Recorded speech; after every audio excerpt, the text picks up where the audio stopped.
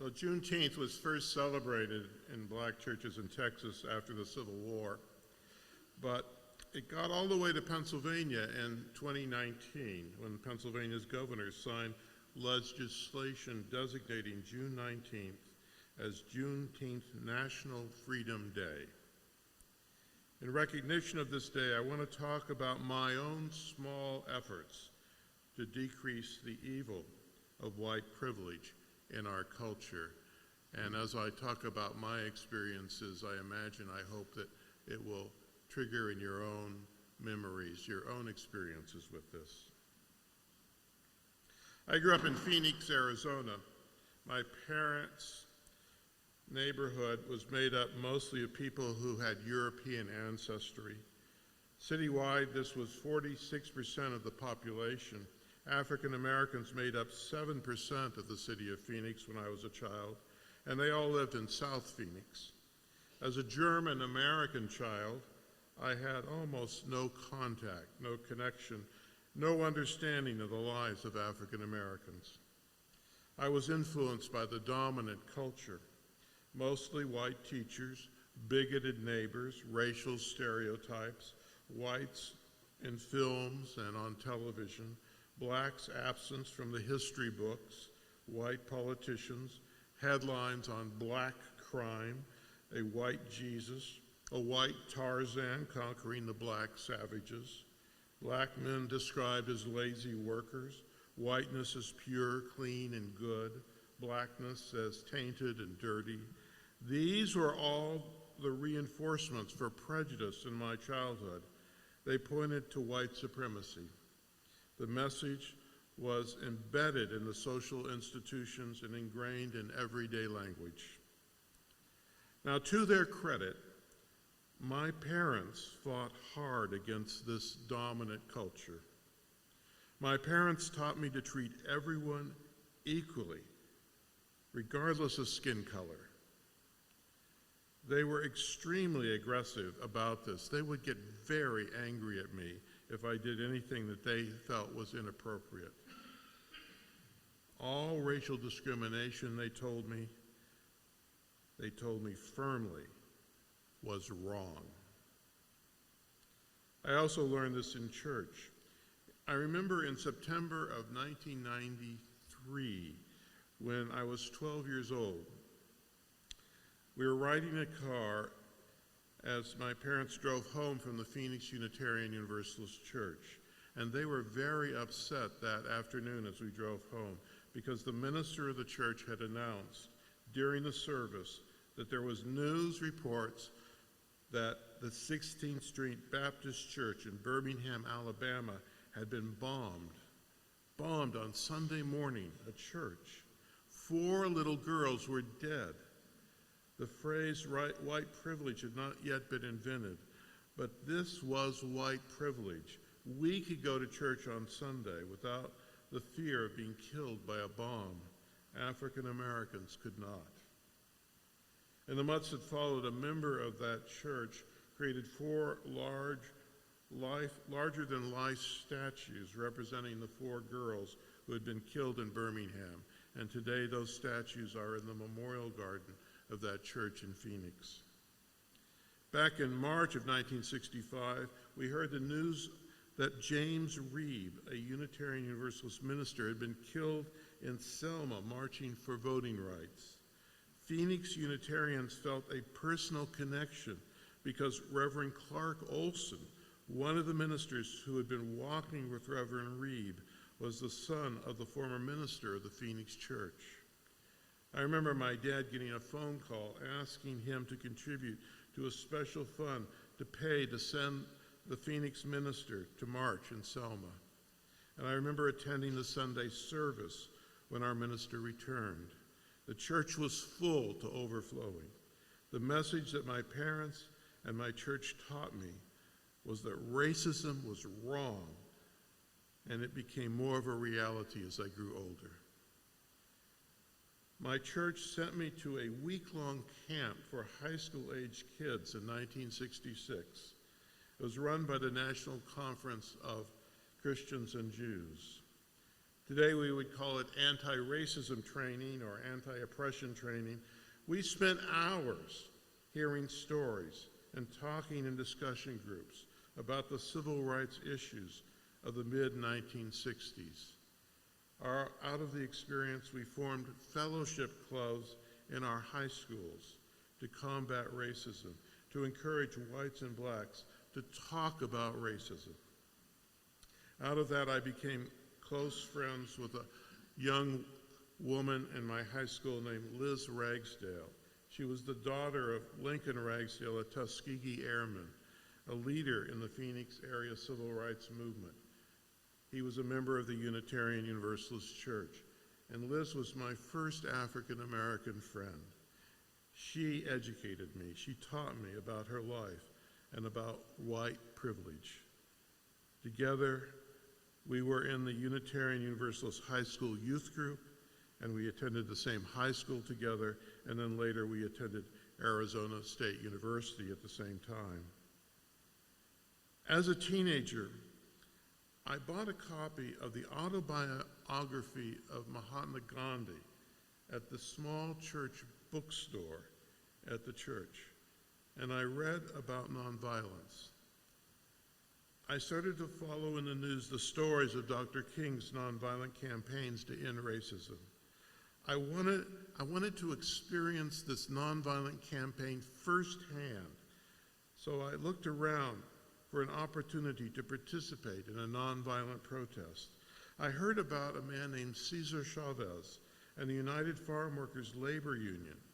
Chavez was coming to Phoenix to speak, I read in the newspaper.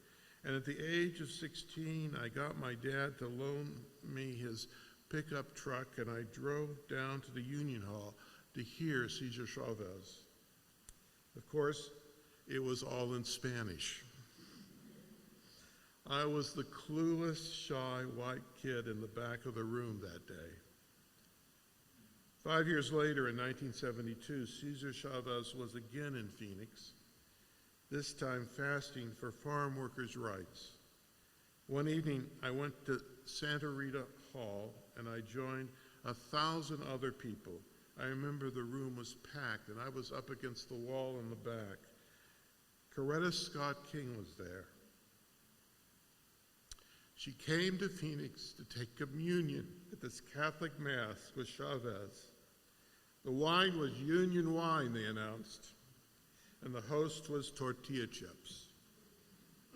Coretta King said how much she admired Chavez's philosophy of nonviolence, so much like her husband's. I thought to myself, I want to be part of this. I want to be a nonviolent soldier in the fight to end racism. Serving as a minister for 45 years, I have tried not simply to express my moral outrage on Sunday mornings, but to work to bring about change. I've been less interested in mission statements and vision statements. In fact, I've always signed on to every church mission statement and vision statement that's ever been written because they all seem very good to me. But I've been more interested in effective actions. I had big expectations for myself when I started in the ministry. However, looking back now, my efforts feel small. In May of 1979, I was serving as a minister in Lexington, Kentucky, and I got a letter from the NAACP Fair Housing Coalition. They invited me to be a tester for the city's fair housing. I was paired with a black man named George Shanks, who worked as a nurse at the Veterans Hospital. Everything was done in strict secrecy, and George gave me the nickname of 007. If word got out that we were testing for fair housing, the discrimination that we would normally find might disappear temporarily. George and I were given roles to play. We were told that we were to say that we each worked at similar places, that we each earned similar incomes, that we were each married. I was single then, but I was to say I was married, and that we each had one child. This was so that we would have identical characteristics. The only difference was our skin color. For our first test, George and I agreed to rendezvous in a shopping center parking lot. We rehearsed our stories, and then we flipped a coin to see who would go in first. I won the toss, and I drove over to an apartment complex. I went into the rental office. The assistant manager asked me some questions, and then she gave me a key to an apartment, along with directions, and she invited me to go over and take a look at it, which I did. And I came back, returned the key, and then I returned to the shopping center, and I waved George in. We weren't supposed to talk at all because that would prejudice the experiment. Later, he told me what happened. He met the same person. She told him that there was an apartment available, but she did not offer to show George the apartment, and she did not give George the key so that he could look on his own. So it began. By June of 1979, George and I and other testers had finished our assignments. There were some 40 factors involved in the record keeping. We had a booklet that we would keep the records in for each test. Did the agent shake your hand when you came into the office? Did they offer you a cup of coffee? 40 questions in all. Did they give you a copy of the multi-listing book of the various real estate things? Did they let you touch it and hold it and look at it yourself? Did they let you take one home, which you're not supposed to be able to do? Or did they refuse to do that? 40 different questions. The determination that demonstration existed was based on a combination of these factors. It was not just one single item, but many of them. 67% of the real estate offices had practiced discrimination. 31% of apartment complexes had practiced discrimination. With this evidence in hand, we confronted the Board of Realtors, who refused to meet with us. But then we went to the mayor of Lexington, and to his credit, he said, well, they'll come to a meeting that I call. So the mayor called the clergy of the NAACP and the Board of Realtors together in the council meeting room, and there we talked about what was going on. By September, the board agreed on a training program for all realtors and established a procedure aimed at recruiting more African Americans, more blacks to work as realtors. At that time, in Lexington, Kentucky, there were 1,500 realtors in the city, and 3 of them were black. I hope we made a difference. I know that today, the Lexington Fair Housing Council that we started still exists and continues the work that we began. Now, in our hymnal are the words of Dorothy Day, and I hope she's right about this. She wrote, "People say, what is the sense of our small effort? They cannot see that we must lay one brick at a time, take one step at a time. A pebble cast into a pond causes ripples that spread in all directions. Each one of our thoughts, words, and deeds is like that. No one has a right to sit down and feel hopeless. No one. There's too much work to do." So in the next few years after leaving Lexington, I helped establish what we called the Ethnic Racial Alliance in New Bedford, Massachusetts. Then when I moved to serve a church in Evanston, Illinois, I brought the president of the NAACP, Julian Bond, to speak at the church. When I moved to serve a church in Bethesda, Maryland, I welcomed a Tuskegee Airman to speak at the church of his experiences in America. He said, "They gave us a new plane without any instructions on how to fly it, except a book.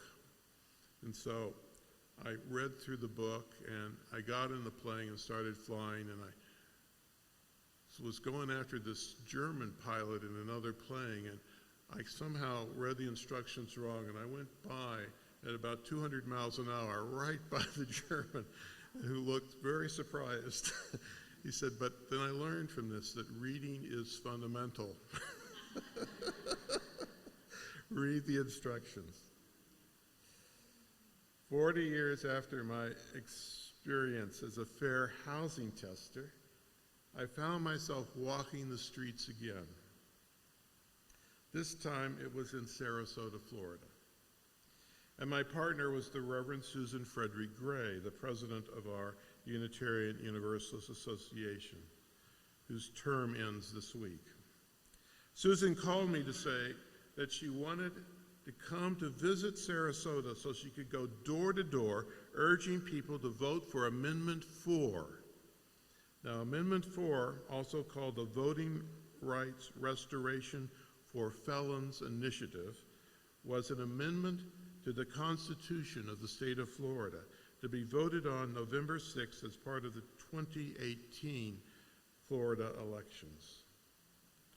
Florida was one of 4 United States in the Union that had enacted permanent felony disenfranchisement.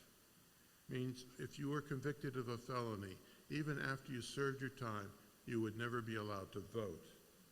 It affected 1.4 million people in the state of Florida. The felons constituted 10% of the adult population and 21.5% of the adult African American population.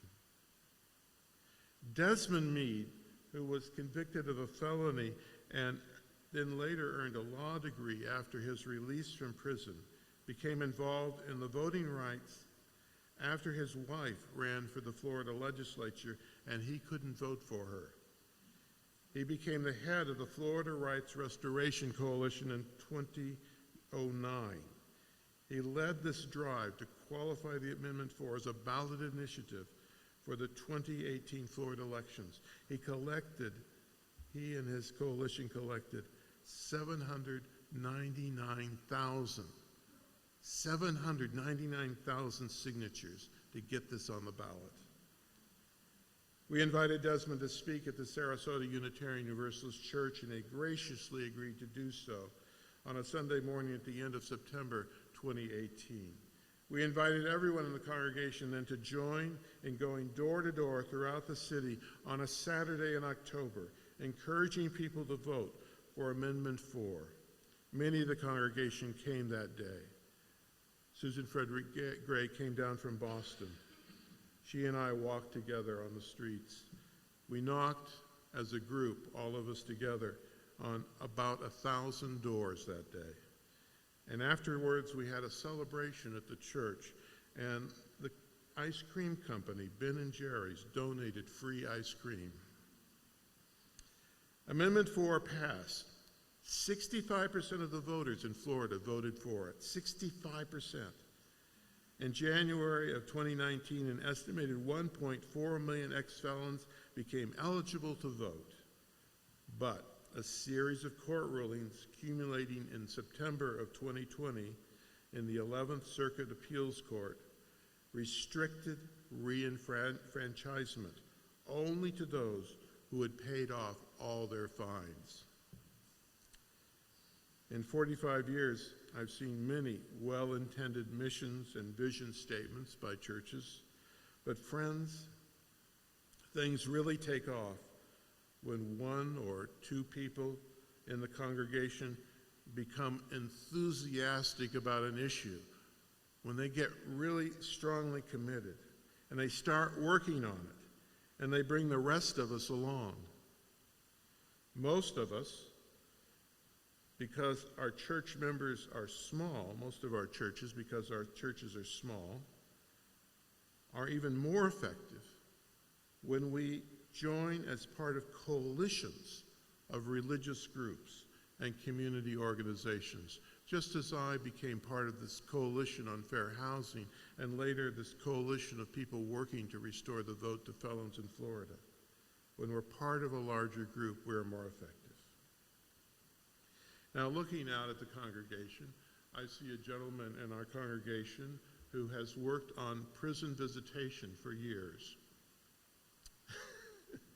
I think he's fallen asleep.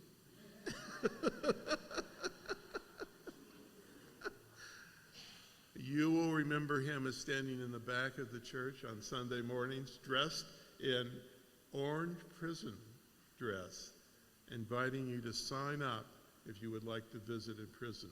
And he is reaching a point where he might want to retire from this work, having done it for how many years?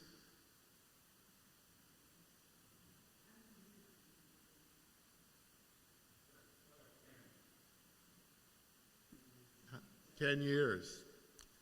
And he's organized. I think he got 12 people the last I looked at the list who signed up to help work on this. But I'm sure there's room for more. And this is an anti-racist activity. And then sitting in front of him, there's a couple, Bill and Mary Clinton. They called me last August about their efforts to get out the vote. And I was impressed by that meeting I went to in August. It was so impressive to see so many of you there. And then I was impressed again on May 18th. Bill Clinton is our Unitarian Universalist Justice Pennsylvania president. Distinguished position. He called us to a meeting that night. He wrote to us, "Do you know that lobbyists can make unlimited gifts to Pennsylvania legislators? Take action to prevent corruption in Harrisburg by attending the Disrupt the Corrupt. Support legislation to limit gifts to lawmakers." That evening on May 18th, I learned that currently there are no limits on what lobbyists can give to public officials in Pennsylvania. They can just bribe them. Gifts valued at over $250 or $650 for travel, lodging, and hospitality, they're supposed to be reported, but there's no meaningful enforcement for failure to report these gifts. Lobbyists use gifts to get what they want from the government, and they destroy the trust between the people and the legislature. Legislators should be responsible to the will of the public, not to gift-giving lobbyists. Disrupt the corrupt. It's a coalition movement that's trying to change this, and we in this church are part of this fight. Fighting this corruption is a way to fight racism. Friends, things really take off when one or two people in the congregation become enthusiastic about an issue, start working on it, and they bring the rest of us along because we're so inspired by their work. We're far more effective, of course, when we join coalitions of religious groups and community organizations to bring about good, positive change, to end racism in our society. I'm a soldier making small efforts in this nonviolent battle. In this area, I'm not an expert. I'm not a know-it-all. I'm always listening, always learning, always acting to the best of my ability. I trust the words of Dorothy Day. People say, "What is the sense of our small effort?" They cannot see that we must lay one brick at a time, take one step at a time. A pebble cast into a pond causes ripples that spread in all directions. Each one of our thoughts, our words, and our deeds is like that. No one has a right to sit down and feel hopeless. There's too much work to do. Let's sing our closing hymn, Amazing Grace.